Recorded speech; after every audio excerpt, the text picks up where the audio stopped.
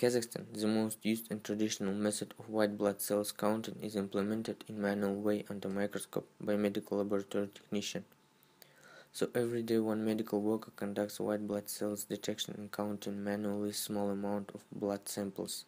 This existed manual method is not effective from time and human factor error perspective. It may result to inaccurate outcomes or significant mistakes, and all this causes an amount of stress to medical worker.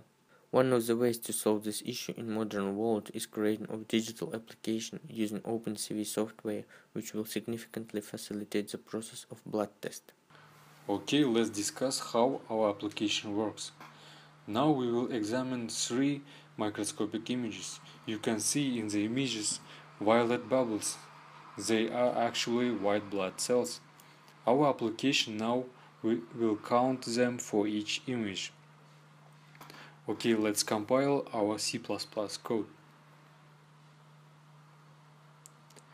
It asks to enter approximate size of one white blood cell in square pixels. This value should be measured manually in advance. In this particular image, its size 576 square pixels. In our project we proposed 2 methods, and you can see results for each of them. For first method, result is 9.5. In this method, it just divides total area of white region to the area of one white blood cell. However, here we have some uncertainty. The main cause for that is these little white regions. They are unnecessary. That is why we proposed second method. Result of the second method is 100% correct in this image. In second method, it finds contours of the white regions and defines approximate number of white blood cells for each contour. Okay, let's go ahead and examine other images. In this example, there are much more blood cells, and the actual precise amount of white blood cells is 205.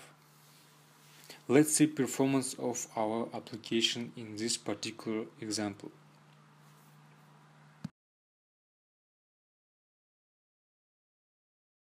We can see that method 1 totally failed, but results of second method equals to 201, which is very close to actual value.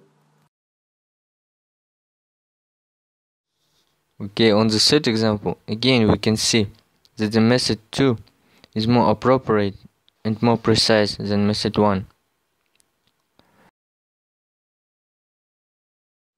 In conclusion, we can state that our application met preliminary expectations and detect white blood cells and count their amount.